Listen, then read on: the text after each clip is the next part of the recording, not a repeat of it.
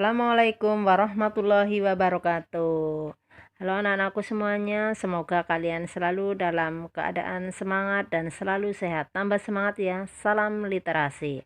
Sebelum kita membahas materi menyusun teks laporan hasil observasi, tentunya kalian harus sudah berdoa terlebih dahulu agar selalu diberikan kemudahan. Ayo semangat, mari kita mempelajari menyusun teks laporan hasil observasi. Wow, menyusun teks laporan hasil observasi menarik sekali loh. Ternyata ketika kita berobservasi, apapun yang ada di sekitar kita itu menarik loh. Hanya yang menjadi permasalahan adalah bagaimana cara menyusun laporan hasil observasi. Kita ulas dulu ya, teks laporan hasil observasi. Teks laporan hasil observasi adalah teks yang memuat suatu klasifikasi berdasarkan kriteria tertentu yang bersifat global dan universal.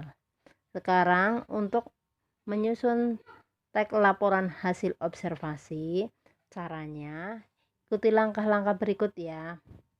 Yang pertama adalah tentukan tema kegiatan observasi, tentukan tujuan observasi.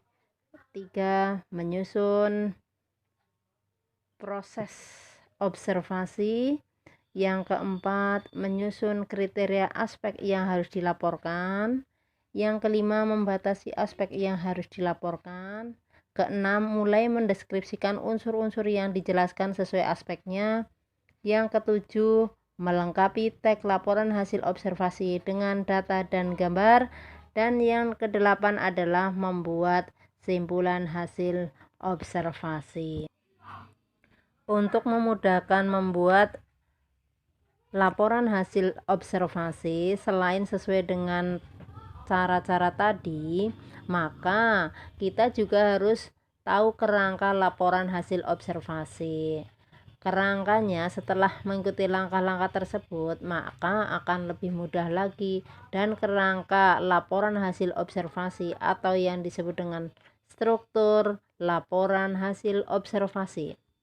Strukturnya meliputi pernyataan umum atau klasifikasi yang berisi pembuka, deskripsi bagian yang berisi detail mengenai objek, dan deskripsi manfaat atau bisa juga berupa kesimpulan. Kalau yang ini berisi kemanfaatan dari objek yang diteliti. Dan yang terpenting adalah kita bisa merangkai kata, kalimat, dan paragraf untuk menjadi satu kesatuan laporan hasil observasi yang padu dan koheren. Terkait dengan kebahasaan, maka berikut ini adalah kebahasaan dalam laporan hasil observasi. Menggunakan kalimat definisi. Untuk yang kalimat ini yang menyatakan definisi dari aspek yang akan dibahas atau menggunakan verba relasional seperti ialah, merupakan, adalah, yaitu, digolongkan, termasuk, meliputi, terdiri atas, disebut, dan lain sebagainya. Yang kedua adalah menggunakan konjungsi. Banyak sekali jenis konjungsi. Silakan bisa dibuka kembali materi konjungsi ya. Tapi bisa saya contohkan hanya beberapa saja yang termasuk dalam konjungsi. Ada konjungsi dan, atau, untuk, dan lain sebagainya juga. Berikutnya lagi adalah menggunakan kalimat simpleks dan kalimat kompleks. Kalimat simpleks adalah kalimat yang menggunakan suatu verba dan menyatakan aksi atau peristiwa atau keadaan, atau disebut kalimat tunggal. Untuk contoh kalimat simpleks silakan bisa dibaca, dicermati sambil dipahami untuk contoh-contohnya, karena kita sudah menjelaskan untuk pengertian dari kalimat simpleks. Yang selanjutnya adalah kalimat kompleks. Kalimat kompleks adalah kalimat yang terdiri dari dua struktur atau lebih dengan dua verba. Untuk ciri-ciri dari kalimat kompleks bisa dilihat di sini ya. Diamati dan dicermati dan juga dipahami. Semangat! Contoh kalimat kompleks. Silakan bisa dibaca, tetapi di sini perlu saya jelaskan untuk kalimat kompleksnya pada contoh 1. Pada contoh 1 di situ ada konjungsi dan. Silakan sambil digaris bawah ya, sambil kita berlatih untuk kalimat kompleks. Di kalimat kedua, kita harus selalu berjuang atau akan mati di sia-sia. Atau di situ juga ada konjungsi atau. Dan yang ketiga, setelah kita baca juga ada konjungsi tetapi ya. Terus dan yang kalimat keempat, tentara Belanda menembaki kota baru, kantor pos dan sekitaran stasiun Tugu. Dan tadi di contoh 1, contoh 2, contoh 3 dan contoh keempat yang ada konjungsi dan, di kedua ada atau, di ketiga ada tetapi, dan yang keempat ada dan. Itulah yang menunjukkan bahwa contoh tersebut termasuk contoh dalam kalimat kompleks. Jelas ya? Silakan bisa berlatih lebih banyak lagi sehingga ketika kita mau membuat laporan hasil observasi bisa langsung laporan hasil observasi yang sempurna dan bagus, dan tentunya sesuai dengan aturan dalam membuat laporan hasil observasi yang baik dan benar. Untuk selanjutnya adalah untuk membedakan kalimat simpleks dan kalimat kompleks. Cermati perbedaannya ya dari tabel berikut ini. Sudah ya? Dan untuk yang keempat dari segi kebahasaan adalah menggunakan sinonim dan antonim. Dan yang kelima untuk membuat laporan hasil observasi adalah di situ ada data atau menggunakan data. Data ini bisa berupa angka.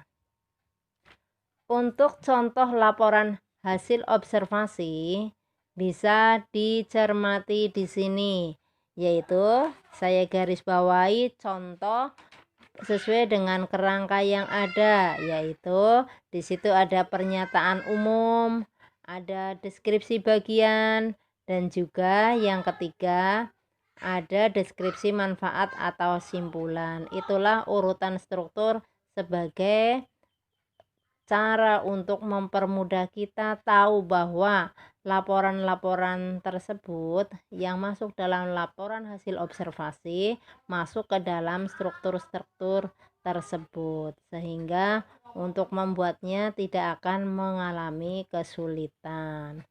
Dibaca dengan teliti ya untuk contoh laporan hasil observasi. Contoh laporan hasil observasi yang berjudul wayang.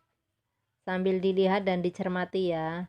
Itu yang di paragraf 1 adalah wayang adalah seni pertunjukan yang telah ditetapkan sebagai warisan budaya asli Indonesia. Di situ kita mendapati kata adalah yang tadi sudah diurai kebahasaan dalam laporan hasil observasi. Nah, itulah yang merupakan deskripsi dari wayang. Itu memenuhi unsur atau struktur pada pernyataan umum atau klasifikasi yang berisi pembukaan. Untuk paragraf 2, paragraf 3, paragraf 4, paragraf 5, 6, dan paragraf 7 itu termasuk dalam bagian deskripsi bagian, yaitu berisi detail mengenai objek yang dibahas tentang wayang.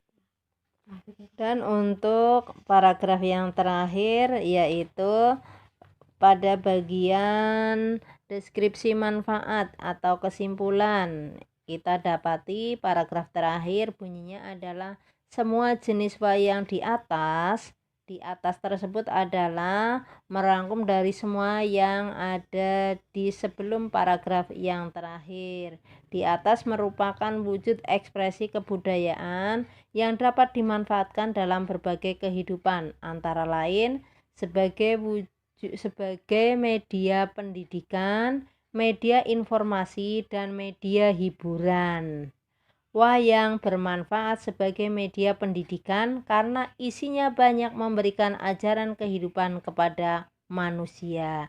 Nah, itulah yang kita dapati bahwa paragraf di bacaan laporan hasil observasi tersebut itu termasuk pada uraian deskripsi manfaat. Ada gambaran ya bagaimana cara membuat laporan hasil observasi. Oleh karena itu, dengan contoh tersebut, maka diharapkan untuk kalian sudah bisa membuat laporan hasil observasi sesuai dengan objek yang sudah ditentukan.